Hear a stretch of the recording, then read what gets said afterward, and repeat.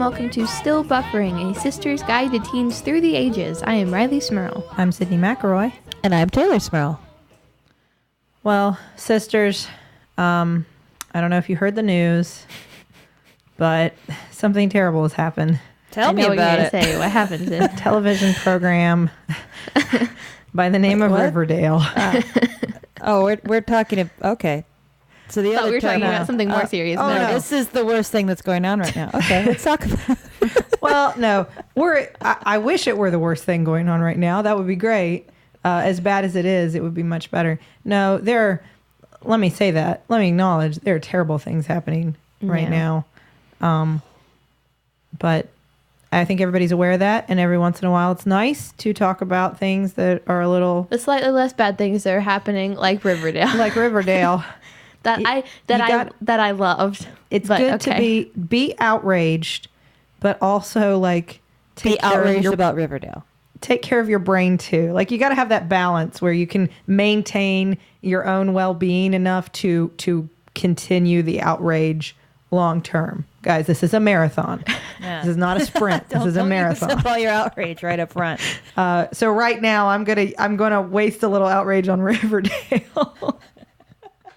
No, I'm going to stay out of this hate cast of Riverdale because I loved it. So, I haven't seen it. I have watched the trailer, and so you're gonna have to give me your clearly very different reviews of this.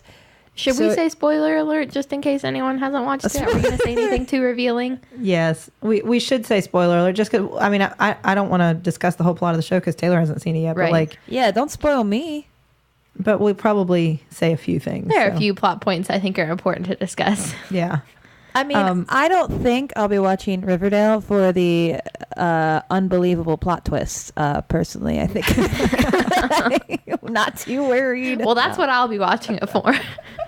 So Riverdale, of course, is the new... mind-bending, The new hit teen drama. The new hit teen drama, loosely based on Archie comics. I'd say highly based on Archie comics characters, loosely based on Archie comics storylines. I would say very much based on Archie comics characters' hair colors and first names. And last names. I have a hard time believing that they're just going to let a cool teen be named Jughead. Well... I mean, they put him in a beanie, so now he's cool. So they can call him whatever they want. Yeah, they've turned his crown into like a stylized crown. Well, it's the beanie. same. It's the same crown, except it just has like a beanie on the back, so it's not open on the top. But the crown design around the edge is still the same. Yes, I also want one. The actor playing him is also very attractive. I don't know how to feel about thinking that Jughead is attractive. That's weird Cole for me. Sprouse. He was my favorite twin on Sweet Life of Zack and Cody. I love him. Jughead is the coolest. I love Jughead. I always have. He is independent and fiercely himself, and I love that about Jughead. And I don't have a lot negative to say about his character because he narrates it and spends most of his time like sitting at Pop's chocolate shop on his computer. So like I can't really say anything. I mean, he just tells everybody what's going on. That's fine. Like Jughead might do that. Okay. Yeah. We'll see. We'll see what else Jughead does before I have many qualms one way or the other with Jughead. How's your old girl Betty Cooper? Betty is where, okay, I may have actually cried a little bit after watching Riverdale. And I think it is largely because of Betty. I loved Betty Cooper. Betty Cooper, if you look back through Archie comics, if you have been a fan of them for a long time, which I have, Taylor's leaving. Taylor has exited the podcast. Betty Cooper evolved from a very, what I would say, kind of offensive, like ditzy blonde guy crazy character back in the very early origins of Archie comics. Yeah, she was kind of obnoxious, like sort of almost like what Big Ethel was written as later. Exactly. And she was not supposed to be very intelligent, and her whole thing is that she was boy crazy and that was it. That character changed more than a lot of the other characters did over time. I was going to say Veronica's thing has always kind of been that she's rich. Yes. Veronica has always been rich and a little bit snobby. Archie has always been your like well-meaning but clumsy, all-American boy next door. Reggie's your bad guy, your classic bad guy. But Jughead's your lovable doof. Yeah. Jughead's the one that likes burgers. Classic. Classic It's me. character. You know how you all have that one Burger friend eater. who likes burgers a lot? He's that one. But Betty evolved over time to become, Betty, according to the comics, is a straight A student, is very involved in like community organizations and extracurricular activities. She's always volunteering. She's always like coaching little kids sports or tutoring fixes people. cars, right? She can fix cars better than anybody else who's in the comic that we know of. She's also like the only girl for a while on the football team, also plays all the women's sports, also is a cheerleader. And this is my case for why, again, if you haven't seen this show yet, this is a spoiler. This is my case for why, yes, Betty is on Adderall in the comics as well as in the TV series. Yeah, I'm not surprised by that. You actually. just named all of those things that she has done at the same time, and yet it is surprising to you that she's on Adderall? Well, first of all, I was trying to see the pill bottle to see what she was actually on. Well, her mom said it was her Adderall. She just said take her medicine, her prescription. She said I refilled your Adderall. Oh, I missed that. That's why I was didn't like, actually okay, this see makes it sense. to see if that, because they also allude to the idea that Betty was not originally picked to be a cheerleader because the evil cheer captain Cheryl Blossom told her that she weighed too much to be on the cheerleading squad. Yeah. So I think there's also some hint that Betty has been doing something to lose weight, perhaps unhealthy, perhaps an unhealthy something. Anyway, they make the character of Betty, I think, into this very like not confident, like just riddled with self-doubt, kind of up to the whims of what everybody else thinks of her, like trying desperately to please everybody, but not really happy with herself, which is fine. Like, that's fine to have a So character they like made that. I'm not her a saying, real girl. well, Yeah. I'm not saying that you can't be that way. It's just not who Betty was. But I think the whole point, this is again my case for Riverdale in general. I think the whole point of Riverdale is it's real people, it's not animated, and it takes place in modern times. I think the whole thing is that it's supposed to be more realistic. Yes, I realize that there are not like murder mysteries going on in everybody's day-to-day teen life, but I think the idea that someone has had struggles with self-image or is on prescription medicine to make themselves able to do more things to please everybody, I don't think that's too far off from the idea of like a realistic teen girl. Well, I mean, and let me say this. I don't think they've made it clear on the show if they've diagnosed Betty with something That's true. that requires medication, or if she is taking medication that she maybe shouldn't be. Right. Like, I don't think that has been But her mom is also helping her out with it. So like her mom isn't great. right. Like, I think you get the impression that maybe her mom pushes her in an unhealthy way, which is why I don't know that I mean, if she's been diagnosed and needs the medication, I mean, that's fine. Yeah. Like, the character, that can be her. I have no problems with that. I don't want to insinuate I Right. do. But I don't want her to be abusing a medication to try to make her fit this ideal teenage perfect girl that she's supposed to be, Yeah. The thing that I admired about Betty Cooper, as somebody who was racked with self-esteem issues throughout my teenage years, was that Betty was all those things. And even when Veronica insinuated that she was a nerd or too tomboyish, or even when other people would be annoyed by her dedication to social causes, Betty still was those things. She was unapologetically those things. And for me, it wasn't me, but it was what I kept aspiring to be. Like, I'm going to be like Betty Cooper. I'm going to unapologetically write a Victorian romance novel and self-publish it because it's what I feel driven to do. And so I'm going to do it. And she did. And Oh, I was saying you did this. I was going to say. No, I hadn't No. read this. That's one plot line. Betty's diary. That is one plot line. Betty does that. I've read a lot of Archie comics. Yes. Well, I understand some, like, when you really care about characters and you see them taken in directions that, don't mesh with the way that you love that character. I can see how that would be very sad. It is. And I will say on the flip side, though, they nail Veronica Lodge. Yeah. I have zero qualms with that. The one thing I will say about Veronica is they made me feel the same way about her in a TV show they did in the comics, which was you want to hate her because Archie likes her more and you want Betty to be with Archie, but also most of the time, she is a good friend to Betty and sticks up for her. Yes. And helps her out. And a lot of the way that they try to cast her in, like, at times in the comic, and probably they will on the TV show, as like your typical like snobby upper class, doesn't get it, obsessed with superficial things. Veronica, as much as like there are moments where she will kind of speak to that, exemplify that, it is very quick that you see there's more going on underneath. And that's been true about Veronica's character from the jump. So I agree. I always wanted to dislike Veronica, and I just couldn't. Which you have to imagine is kind of how Betty feels. Yeah. I'm guessing both of you then recognize yourselves as Betty's, not Veronica's. Yes. Yes. Do I'm you a recognize yourself as a Veronica? No, I think I'm a Jughead.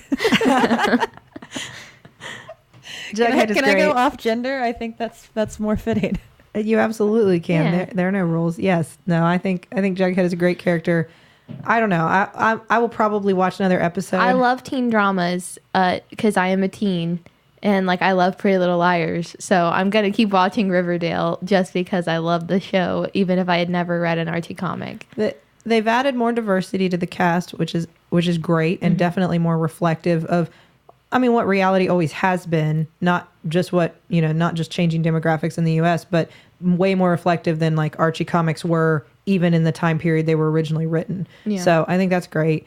And, the whole like murder mystery, Jason Blossom has been killed and we don't know what happened. And it's got this weird like Twin Peaks-ish vibe.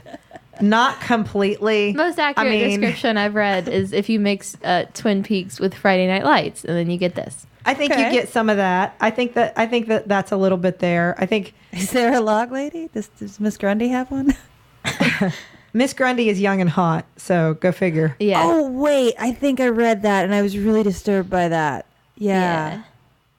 Yeah, so we'll see. We'll see. I'll probably give it at least one more I'll be watching the whole series, so I'll keep you all updated. Well, they knew what they were doing in terms of speaking to today's teens, I guess. Yes. So now that we've spent 12 and a half minutes debating the validity of the new Riverdale series. I think it's appropriate because what we wanted to talk about this week is fangirling or fanboying. Fanning. All genders. Fanning? Fanning. Fanning out. This isn't a gender thing. Like can it be fanning? Everybody can fan. Yes. But fanning is already a thing. Fanning sounds like oh, it's a waving, hot day. I need to fan myself. Something in front of your face to create an air current. So I mean, like geeking out, nerding out. I don't know. Those are other things. I'd say that's anyway. All those things. That's what we want to talk about. I obviously, because we've been talking about Archie's a long time, and I've been a big fan of Archie's for a long time, and I clearly am deeply invested. Yes. And I think that that's a key component to this. It's not just that I enjoy them. I have parts of myself and my identity that are invested in them. And I think that distinguishes like something you just kind of like from something that you're, I don't know, whatever we're going to say. Fangirling is what I would apply to myself. Fangirling over. I have to ask, because I'm a huge fan of the Fiona Staples Archie comic that's been going on for like a year now, right? How do you feel about that? Because I think that does kind of, it's a middle ground. I mean, I haven't watched Riverdale, but they're way more believable, realistic teens, but there's no like weird, spooky, sexy drama. It's just like more realistic. Do you like it? I like it better. Yeah, I do. I like it a lot. I mean, I like it better than the TV show, and I do like it. I think it's a natural evolution to me of the Archie series. So, I get them. I subscribe to them. Cool. So yeah, I enjoy those, and I will say, just to kind of cap off the Archie thing, my biggest fangirling moment, maybe in all things, not just Archie's, maybe in all things, was when I went to Comic-Con and Victor Gorlick was there, who is currently the editor-in-chief of Archie Comics, who's been doing Archie's for like ever. Like I knew his name because I've seen it. You know, he was an inker, and I've seen his name in like so many books that I've read over the years. And he was there signing autographs, and he must have thought, I don't know what he must have thought, because I just like, I couldn't get a sentence out. I just like awkwardly, like Justin shoved me up there with the Archie I had just bought. Like I bought one of them so that he could sign it.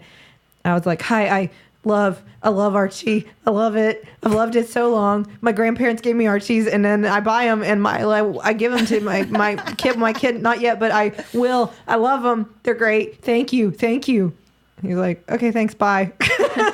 Like, what is up with this weird adult who can't form a sentence? That was my biggest fangirl moment. So. You know, I can't, like, I just... It's hard to be cool when you're confronted by somebody that you have like mad respect for. I mean, like I as somebody who works in the service industry, I've served a lot of celebrities, and I'm always kind of surprised by the ones that I'm like, oh my gosh, and the ones I'm like, nah, whatever. Like I never really know until they're right there, and then it's just like, oh, hey, you're really cool.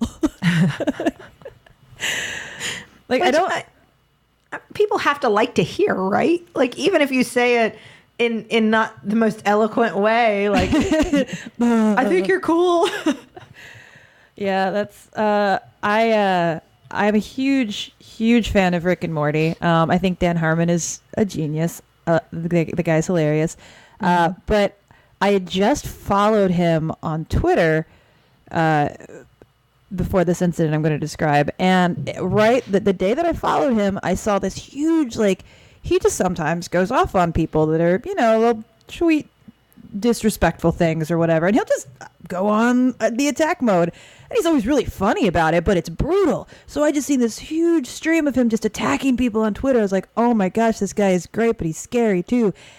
And like literally that night, I'm working at a bar in Manhattan, and he is at my bar.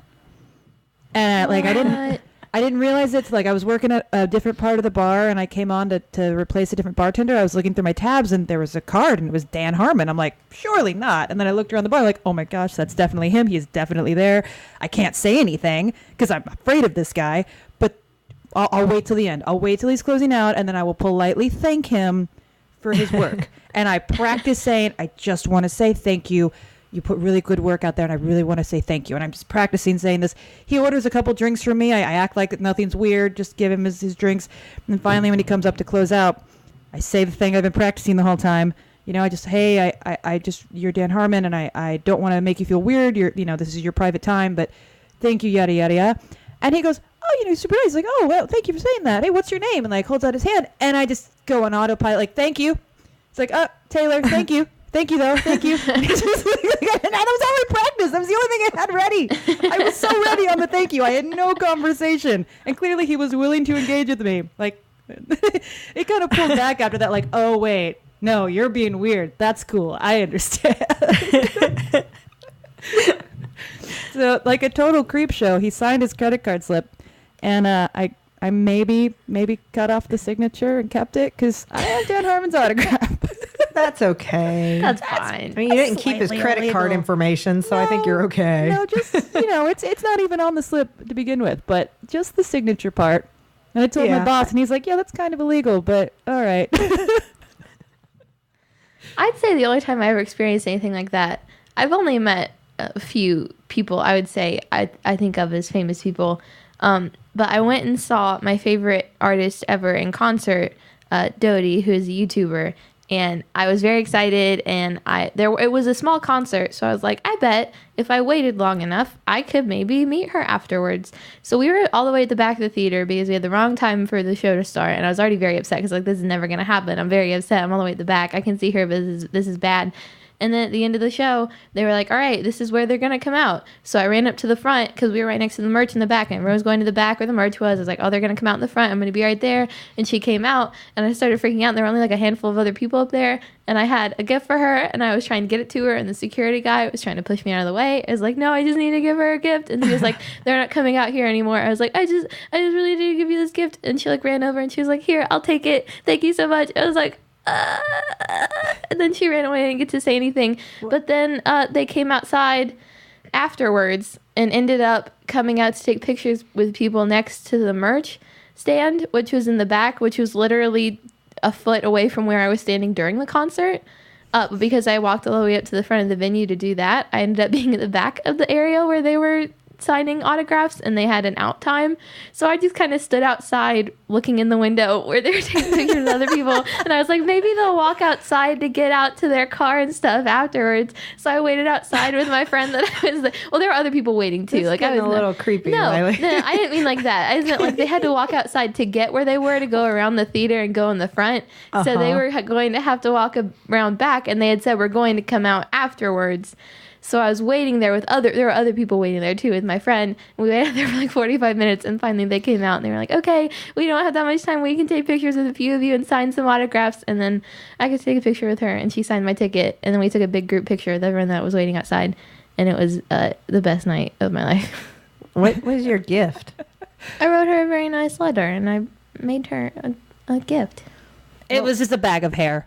That's what I was getting at. Like, you didn't give her your hair, did you? No. What was This it? is the length of hair I have grown since I have loved you. It was just a very personal letter, and I was thanking her, and she tweeted at me after, and it was very nice. And a Ziploc baggie of all my toenails from the last 6 months. All right, bye everybody. I'm gonna go. I didn't make fun of Taylor for being creepy and clipping off the bottom of someone's receipt. And I didn't make fun of Sydney for being an adult and not being able to form a sentence. I wrote a letter you're to right. someone who has inspired me, and I gave it to her. Well, I'm sorry. We don't need to I make apologize. fun. And I fully that's not the only time I've been creepy around somebody that I admired. I apologize. I think I've maybe told this story before. I'm not sure. But when Kate Beaton, who's a comic book artist, was a regular at one of my coffee shops, and she'd come in and work on her comics, and I never wanted to freak her out because cartoonists are like scared animals. You know, they'll run away. And so I just pretended to not know who she was for like weeks and weeks of her coming in as a regular. And then when she finally was on talking terms with me and said like, "Oh, I'm Kate," I responded with, "I know." Just couldn't keep it in. It's like we were about to be friends, and now I've revealed my hand to you.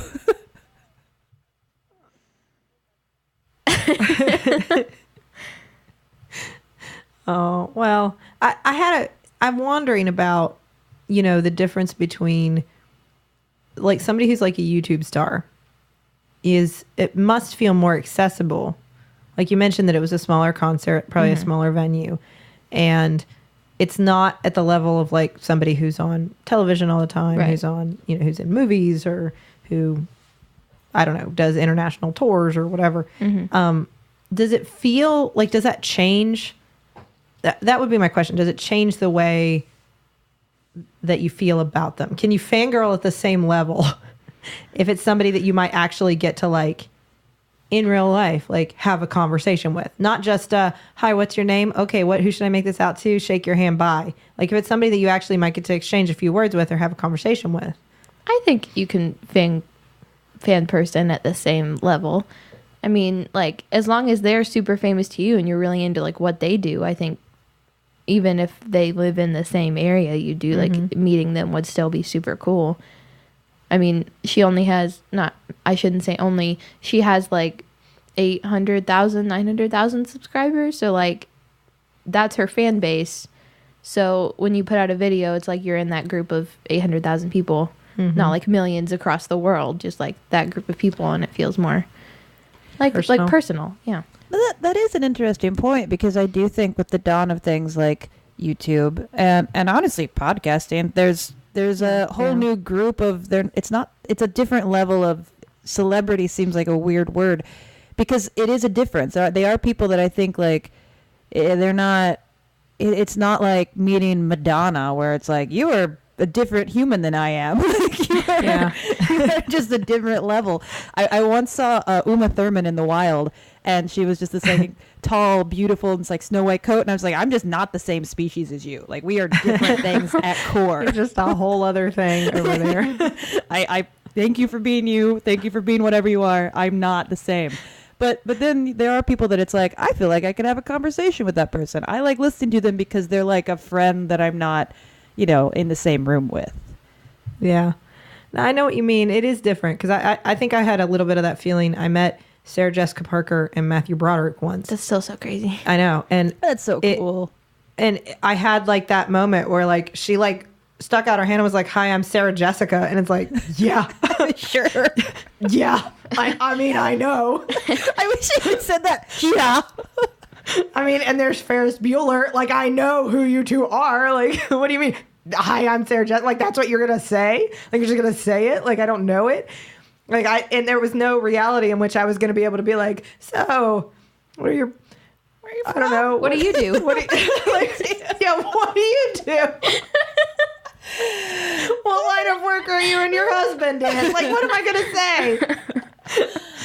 Like, that does feel different than, through our podcast network. I've gotten to meet a lot of other podcasters that I very much admire. And to some extent, I guess kind of fangirl, especially like the first time I met Chuck from Stuff You Should Know. I had like a moment where I was like, oh my gosh. I didn't know you Chuck. did. Really? Yeah. Yeah. He's come to Max FunCon before. And the first time I met him, I was like, oh, wow. You're so cool. Wow. But then like you get to talk with him. And so it doesn't feel like this weird, like we're not both humans. Like, oh, you're a really talented human and I admire you and your work is great. But also like I can now finish a sentence in front of you. It took me way longer to get to that point with John Hodgman, honestly. I still have a moment where I'm like, don't say something stupid to John. Don't say something really dumb when you're talking to him next. I mean, I think I felt that way when I met Lin-Manuel Miranda in New York, because I knew he was going to be backstage at the live show in New York before we started, and I knew it was happening, and I wasn't prepared. I was like, I don't know what's going to happen. I've listened to Hamilton nonstop for the past like 6 months of my life. I don't know what I'm going to do. And then I saw him, and I just like kind of turned around and like fled out of the room. It was just like, I don't know where to go. I don't know what to do. Well, I have to say, and I'm a little ashamed to admit this, I had not listened to a single song from Hamilton until we saw it. And Yeah. And I was really glad that we met Lin beforehand, because I felt like when we met him, I was like, this is super cool. He's super famous. He's super talented. But then after seeing the musical, I'm like, man, I'm glad I didn't meet him after that, because I don't think I could talk to him without just like pulling a Wayne's World. We're not worthy. Like It did. When you see that somebody's able to create something so amazing, it does give you a moment afterwards where you're like, Yeah. I don't have anything interesting to say, like nothing that's going to be cool for you. Did I talk about my cat in front of you? Jesus. What did I say? It's like when Taylor and I saw Hamilton, and I had been crying the whole second act, obviously, Oh, yeah. and at the very last number, and when they were all bowing, I had been sobbing, and we got to go backstage afterwards, and we were talking to Lynn, and I couldn't form a sentence about how amazing the show was. I was like, did the most. This is amazing. And he showed us a wall where all the famous people had signed. I was like, these are all so many famous people. And then he brought Al Pacino over to Taylor and I. It was like, these are my friends, the Smurl sisters. And I was like, okay, cool. This is Al Pacino. And he pulled him out of nowhere. Like, we're talking to him, and he's like, oh, by the way, here, just turns around and is like, Al Pacino. Like, what? You can't just drop Al Pacino on somebody. And Christian Slater was there also the same night. Yeah. And I saw Dwayne Wade, the basketball player, going into the theater. I said, Taylor, that's Dwayne Wade. He plays basketball. And Taylor was like, no, that's not who that is. No. And he was sitting like a row in front of us. And then after the show, he was up there. I was like, that's D Wade. Well, that was like when we went and we had the awkward conversation where we started talking to a woman not knowing, just we were standing on the stage afterwards talking to Lynn, and he was greeting everybody. And we were talking to this woman about the show and whatever. And then she's like, the guy she's with comes walking over, and she's like, let me tell you about their podcast, like as in Sawbones, as in Justin and I. And it's Tim Robbins' girlfriend is who we're talking to. And she's like telling Tim Robbins about our podcast. And I'm like, please stop. I can't handle this. I can't handle the idea that Tim Robbins is going to listen to something I do and then judge it for its like artistic worthiness. And I'm like, this is Tim Robbins. You're amazing. So. Well, and there's a little bit of it in the reverse, and I'm always completely freaked out that there are people that actually listen to us and what we're saying. Yeah. And like anyone there have been a couple people that have come to my bar that happen to be fans of the podcast. And I'm always just absolutely baffled, because like, they're like, you're Taylor Smurl, and they seem excited about that. And I've never once woken up and thought, you're Taylor Smurl. Like, I'm like, oh, you're still Taylor Smurl. All right, let's work with this. Like, it's never been an exciting thing for me. So it's always, weird. when I see you, I'm always excited. You're Taylor Smurl.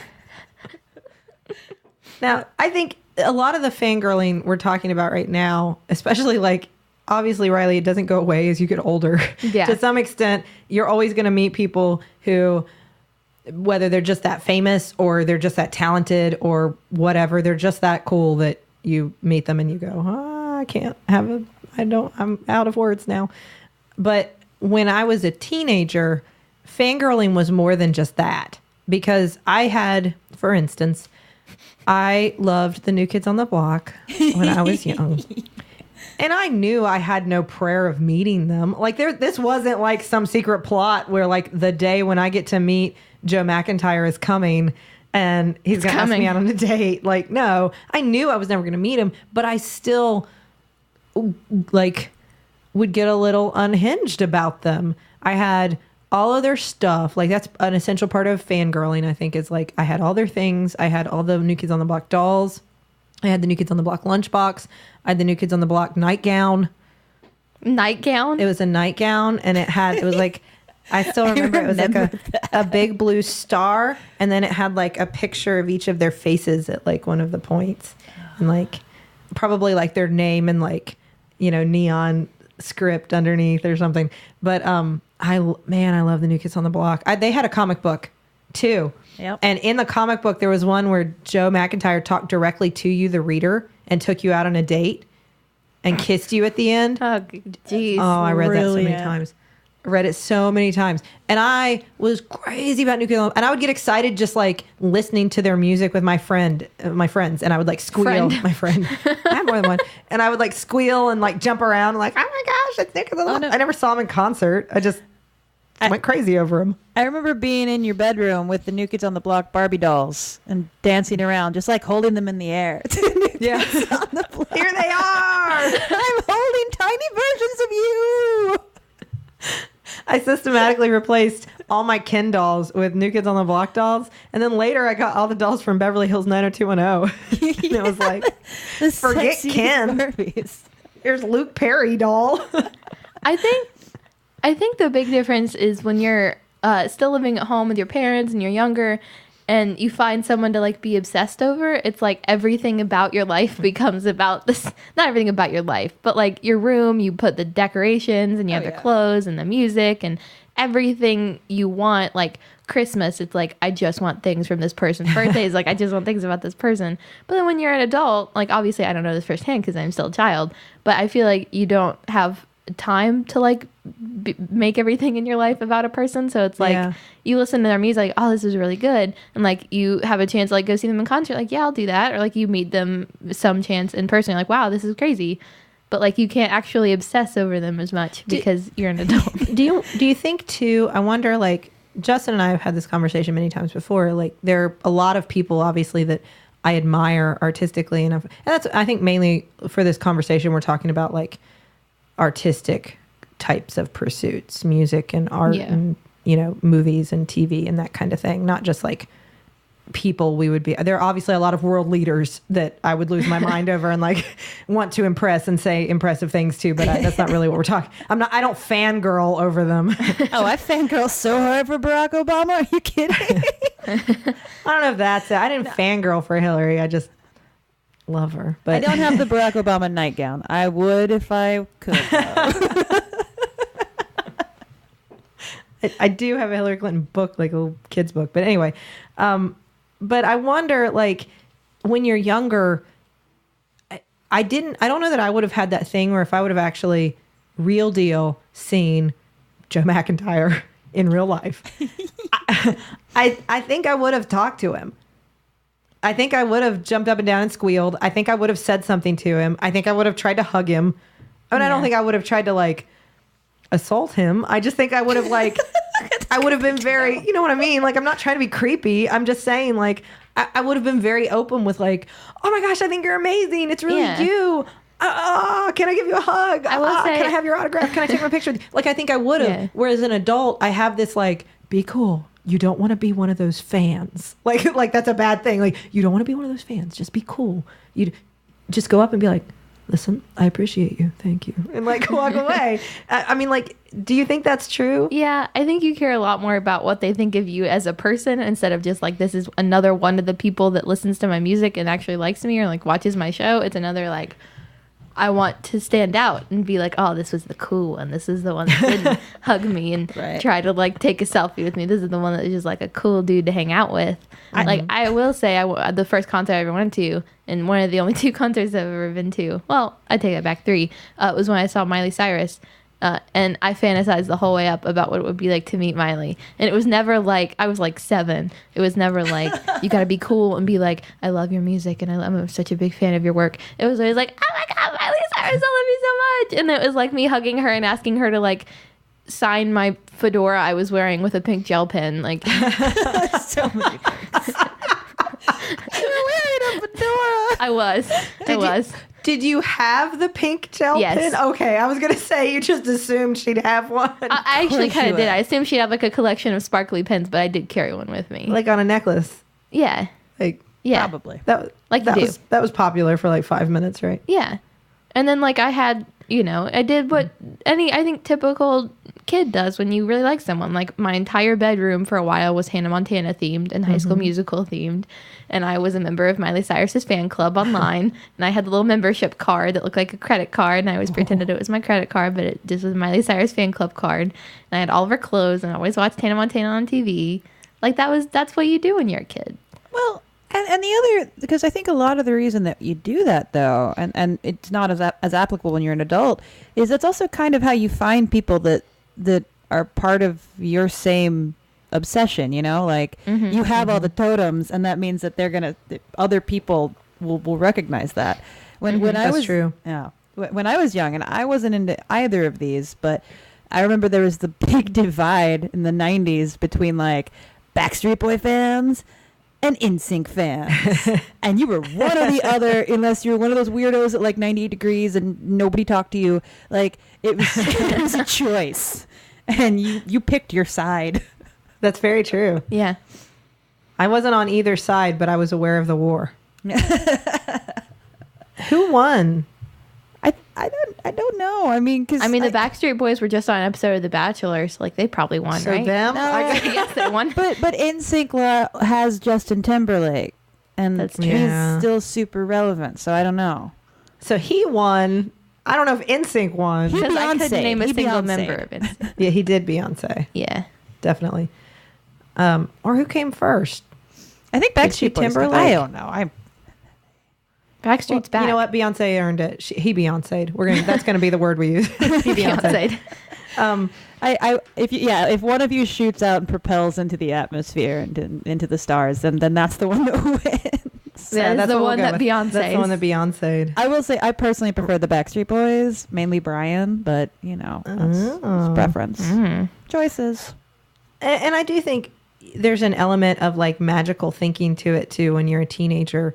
Like I remember, and this was like my later teen, like early college years, I got really into Damien Rice. And Taylor, you came with me even he was in concert in Cincinnati. Oh yeah. And I just thought he was so dreamy. And his music was so passionate. And that Irish accent, just come on. Oh my gosh. Come on. And I mean, there's a little bit of that, like, this is a pretty small venue. Maybe like we'll be walking out and he'll just be walking out the stage door at that exact moment. And, I will say I did have that experience once, and I'm very embarrassed to admit this, but I think it's a good story, so I will. I was very much into Glee when it first came out. I actually did a lot of embarrassing things about the TV show Glee. It came out and I was like 11 years old, and Rachel Berry, Leah Michelle, was my idol. And I will say, if I could meet anyone and absolutely like just pass out, it would be Leah Michelle now. But I made an album on Facebook when I first got my Facebook titled Rachel Berry, aka me, and it was just pictures of Rachel Berry. And I wrote, to Fox on like the Fox Glee page on Facebook and said, I have a great idea on how to incorporate Rachel's long lost little sister for me to get on Glee. I love it. And I was on Time Hop the other day that shows you what you posted on social media, and that came up. And also, I told everyone on Facebook to remind me to write a letter to Leah Michelle with a tape of me singing on it so she could hear me singing. And if I didn't do it by Halloween, everyone on Facebook needed to remind me so that I would do it. That is the cutest. That is, I cannot believe. I was so obsessed with her. I thought she was perfect, and I thought she had the most amazing voice. I wanted to be just like her. And even now, I will say, I still love Leah Michelle, and she is like my idol. But not because she was Rachel Berry, just because I think she's like an amazing singer. But still, I was obsessed with her. You were pitching TV execs I was. on. I came up with a plot line and a backstory and a character and a name. That's adorable. That's a level I don't think I ever went to. That post still exists somewhere. I don't know where, but it exists. In any of my youth obsessions, I don't think I ever... And I don't know, again, if that plays into like the idea... I mean, I was obsessed, and a lot of people my age who were into the theater community were as well, with Rent when it came out. Oh, absolutely obsessed Like with the it. Hamilton of now. Yeah. I mean, very much so. Yeah. And I knew every word and everything about it, and I would perform it with my friends. As you do. I mean, over and over. That was all we ever did, was just sing lines. I mean, so much so that to this day, if Justin or I accidentally say a couple words in sequence that are from Rent, we expect that the other one will answer with the rest of that line. Mm-hmm. And we are in danger of going down a rabbit hole where we just continue to perform. Sing an entire song of Rent. Rent from there on. My best friend and I still do that. That's totally a thing, Nebby and I. That is definitely, that's still at risk. But it never occurred to me that I could have contacted anybody who had anything to do with that. Like, it was just like this, I just love it and it's amazing and I will incorporate it into my being. And it defines who I am, even though I had nothing to do with it. And that was it. You know, Yeah. And I wonder if, I don't know, the internet, and then like you said, like the accessibility of people that you admire who do things like the newer forms of media, like YouTube and podcasting, that kind of stuff. It makes it like levels it all out. Just the world becomes a little bit smaller, a little bit easier to access. I think when someone's on social media all the time posting things like, this is what I'm doing today. What are you doing today? Like, look at, I'm having a normal, like, I don't even know, going on, I don't know, posting like what they're doing at the same time you're doing something, like, oh, look, we're both eating breakfast. Oh my gosh, this is crazy. Or like, oh, I'm in New York for a trip and this person lives in New York and this person's in New York. Like, you know what they're doing. So like, it makes them feel like an actual person, like this entity where they're doing something magical at all times of the day and you aren't really sure where they are or what they're doing. That is really true, because I tweeted at Steve Martin once, like fully expecting, like, I mean, he's going to tweet back. Like, he's on Twitter. You know, this was early. Early Twitter. I tweeted at the drag queen Tatiana that I was super duper impressed with her most recent season of RuPaul's Drag Race, and she liked my tweet. Boom. Wow. Yeah. I will say I accidentally got a drag queen from a few seasons of RuPaul's Drag Race ago mad at me on Twitter. You made a drag queen mad? Well, kind of. It was like 3 years ago. I was at summer theater practice with a friend of mine who also really liked RuPaul's Drag Race, and we were talking about it, and he asked me how my summer work was going, and I may or may not have said about as well as this certain drag queen's drag career. And he tweeted it, and I was unaware. Riley. And she replied to it angrily. Oh no! I really want to know what drag queen it is, but I understand why you don't want to say it on air. Yes, No. I'll tell you after we're done. Throwing shade. What are you doing? I didn't know he was gonna tweet it, and it was a drag queen that was not very nice on the show, and she didn't make it very far, and no one liked her. And it was not just because I personally did not like her; it was just one that no one really liked on the show. Wow. Oh, And I did not know he was going to tweet it. That's some regular. Well, I mean, okay, that's fine. That's shade, exactly.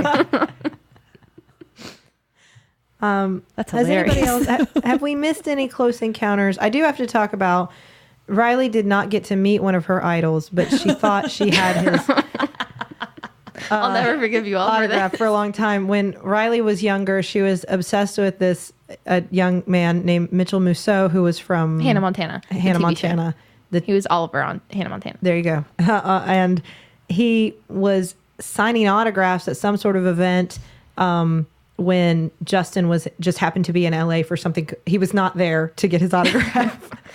he was probably there for E3 or something, but he was there and he was in the same place where Mitchell Musso was signing autographs. And he told me, like, I think he called me and said, "Oh my gosh, that's that kid that Riley likes, right?" And I was like, "Oh, you have to get his autograph for her." And he was like, "Well, he's doing autographs, but it's a bunch of little girls. I am not going to stand in line. I am an adult man." And he is a child, and I'm not going to stand in line for his autograph. That is going to look weird. And so he came back with Mitchell Musso's autograph. And I teared up and I thanked him so much, and I had a special little box that I kept in my room, and it locked, and the only thing I kept in that box is Mitchell Moose's autograph. And I'm gonna be honest, I lost it when we moved, and like 3 years ago, and I cried, and I didn't want to tell you all that I lost it because I thought it was legit until, not even kidding, a few months ago. It was not that long ago that we were like, I think I just assumed that she figured it out. Like, No. that was Justin, right? Like, Justin just signed that piece of paper. I always thought that was real. You have to cut him some. Can you imagine that line of... No, I would never. I mean, if I was somewhere... You were like, what, 12? Probably 11? younger. Yeah, 10 or 11? Like 10-year-old little girls and Justin. Yeah. It'd be really funny, though. I mentioned earlier that the one person I would, like, I think probably pass out and, like, not be able to form sentences for the rest of ever would be Leah Michelle if I ever met her in person. What person is that for you all? That if you all met in person or ever had a chance to talk to, you would just, like, completely become a not human? I don't know if I don't think I've said this before. I may have said this before. I think there are a lot of people I admire, certainly, and there are a lot of people I would love to meet. And as we've already alluded to, this is mainly like within the arts. I think that's important to note, because if I ever got to meet Hillary, I would pass out. But if we're talking about within the arts, if I ever met William Goldman, who of course wrote The Princess Bride, I would. I mean, it's an exact even 50-50 split where I so desperately would want to, just so that I could look at this person who put this amazing, beautiful thing into the world that has helped me, like, that has helped define, like, I've defined myself by it many times. I have quoted it many times. It helps me understand the world. If I saw him, I would want to just say, thank you. Thank you. That's all I would want to say. But at the same time, the other half of me would just... I would become a blathering fool. Like, I don't know how I would get the words out because I'm so intimidated by that genius. So that's probably who it would be. Oh, I've met him. Yeah, I know. I can't believe you just casually met William Goldman and didn't think, like, well, this would be the biggest deal on earth to my sister. No, I did think that. It was a big deal to me. I love The Princess Bride. I mean... But I was, once again, it was in a restaurant scenario where you're also under the kind of the control of, like, I have to be a professional because it's my job. Sure.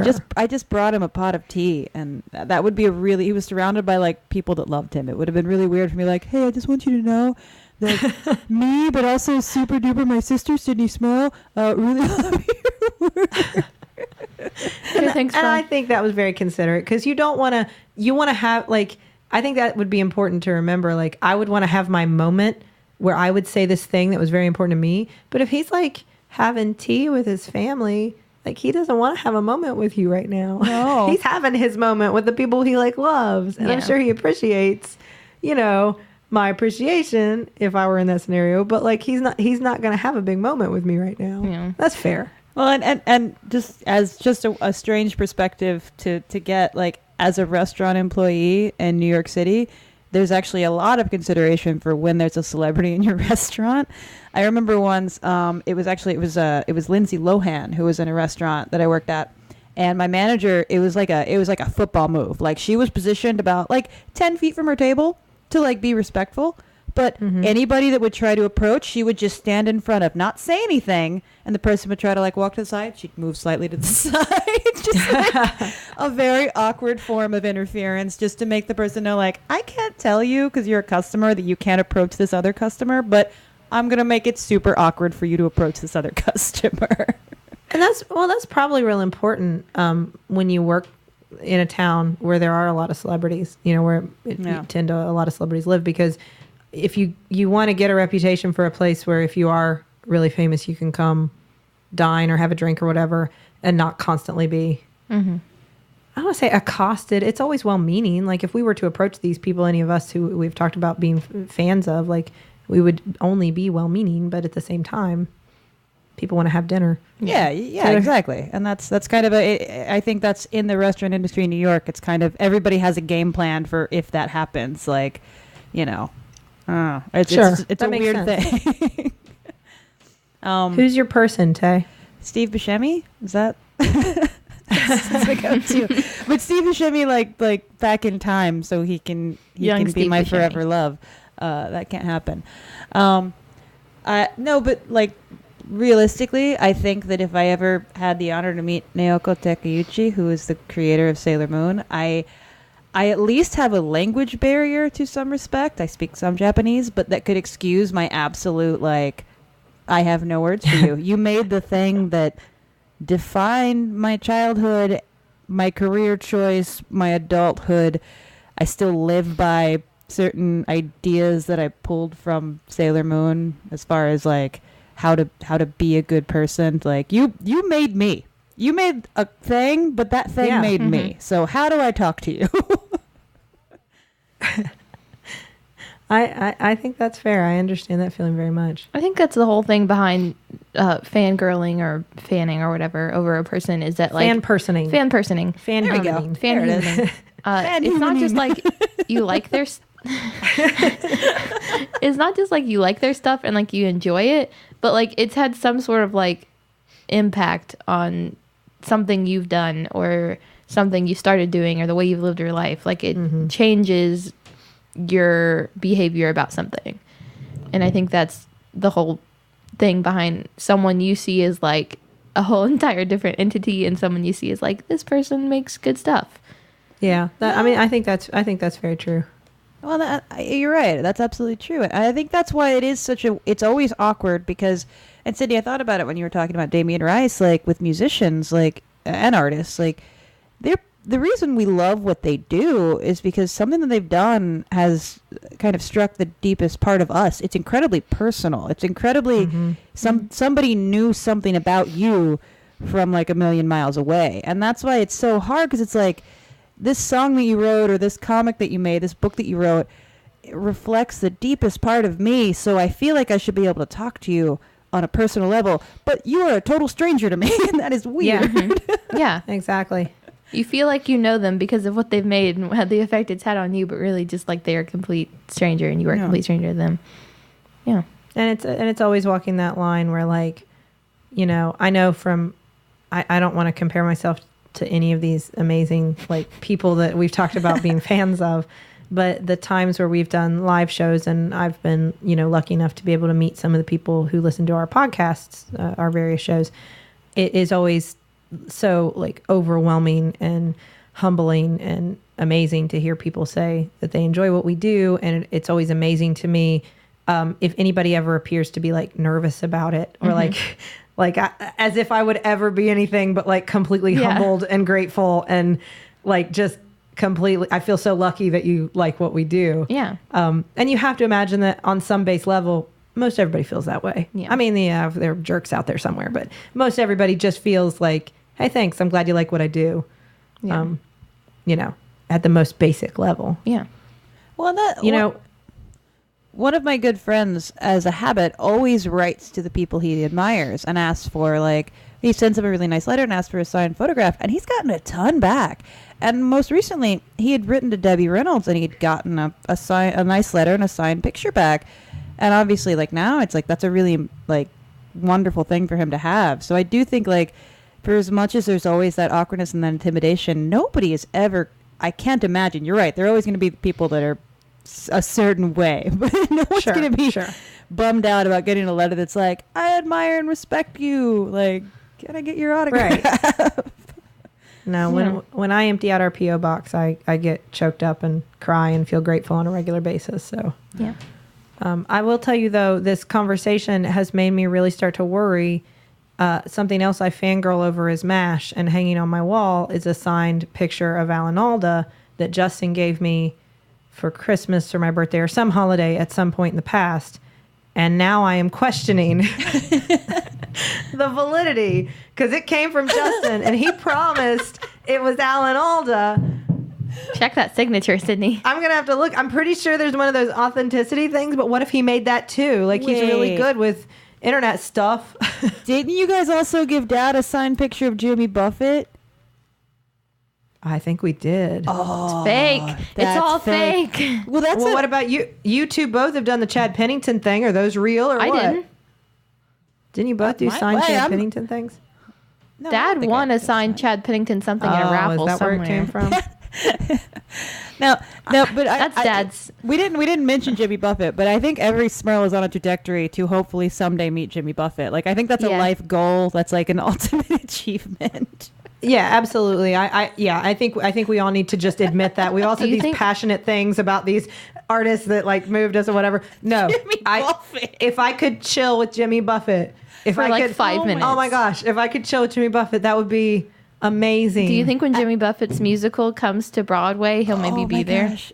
As a bartender, if I had one on my bucket list, it's got to be top 5. If I could make a margarita for Jimmy Buffett before I die, I will die happy.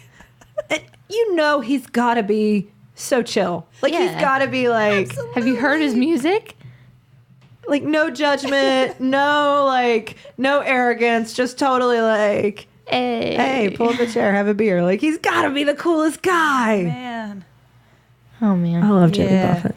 I love Jimmy Buffett too. Yeah. That's like a weird deal breaker for me that like obviously roots out a lot of relationships. Like, how do you feel about Jimmy Buffett? And like, I know a lot of people are like, I don't really know. That's fine. But a lot of people have a strong like, no, that's lame. Like, okay, never mind. This can never work. You can never meet my family. You can never be one of us. Leave now. Hey, listen, Taylor, let me tell you though, you can change them. I am proof. Oh, really? Justin was, pretty skeptical of Jimmy Buffett when we got together. And I have completely converted him to the point where now he gets the credit for the Jimmy Buffett love. But no. In the Smackleroy universe, he gets all the credit for it. But it started with me. That was our first concert. with our parents. Yeah, well, it started with my parents. Yeah, it started with our parents. Yeah, our parents took us to Jimmy Buffett when we were like 8. Not me. I can I what's the song that we were taught was a different lyric than the lyric that it is? Is that inappropriate for the show? Well, I think that the improved lyric is not inappropriate. Okay. There's a Jimmy Buffett song, and as young children, we were taught an alternative version to sing at a concert, and it was "Why Don't We Get Drunk and Spew?" And We'll let you figure out what that was an alternative to. and we were so like I was like an 8-year-old and like what how old are you first? Younger than that. Really, I was probably we were like 6. You were like 10. You were probably like 6 or 7, and I was like, 9 or 10. I mean, we were little. Singing along. Why don't we get drunk and spew? You know, there were people looking at us going, what are they Oh saying? my Are they God. singing? Did their parents what is happening over there? I don't know. People just kept handing me Junior Mints, and I was happy. Good stuff. So, We'll get you to a Jimmy Buffett concert, Riley. We'll get that. Yes. We'll make sure that happens. I promise. Yay. We got to do that.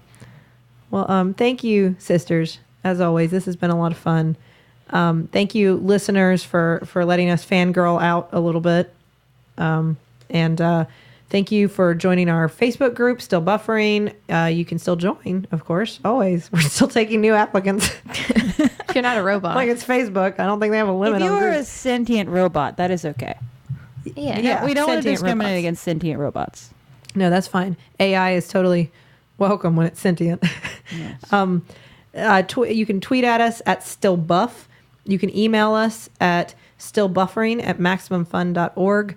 You can go to MaximumFun.org for two reasons. Either to check out numerous other wonderful podcasts, or go to MaximumFun.org/Jumbotron, and we will read a message to somebody that you care about on our show. Yeah. And Riley still will sing a song, like if we tell her to. Yeah. Yeah. I've only had to do it once, but I'll do it. And thank you to the Novellas for our theme song, Baby Change Your Mind. One more thing I want to say real quick before we go is we said we were trying to talk about some lighter things, not get too serious, not get too heavy. Obviously, Riverdale is not the most tragic thing. Right. It was bad in Sydney's world. It was great in Riley's world. So there you go. It's 50-50. But I'll break that tie. Yeah, we'll wait for Taylor to weigh in. There are a lot of other things going on, especially in the U.S. right now, that you may be paying attention to and concerned about. And if you are, and you're worried about people legally being allowed to continue to immigrate to the United States of America, especially if they already have residence here, you may want to consider going to aclu.org to join or donate some money if you are a supporter of that cause. Yeah, and joining is free. Absolutely donate if you can afford it, but even just being a part of it is absolutely free. Mm-hmm. Yeah. This has been Still Buffering, a sister's guide to teens through the ages. I am Riley Smurl. I'm Sydney McElroy. And I'm Taylor Smurl. I am a teenager. And I was too. Stranger every week.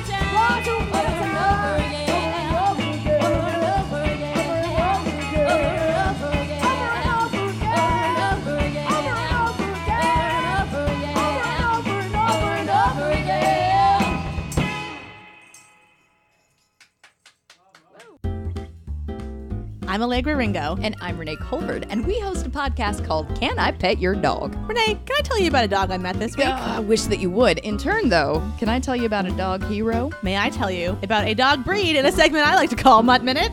I would love that. Could we maybe talk about some dog tech? Could we have some cool guests on, like Lin-Manuel Miranda, Nicole Byer, and Ann Wheaton? I mean, yeah, absolutely. I'm in. You're on board? What do you say we do all of this and put it into a podcast? Yeah, okay. You think? All right.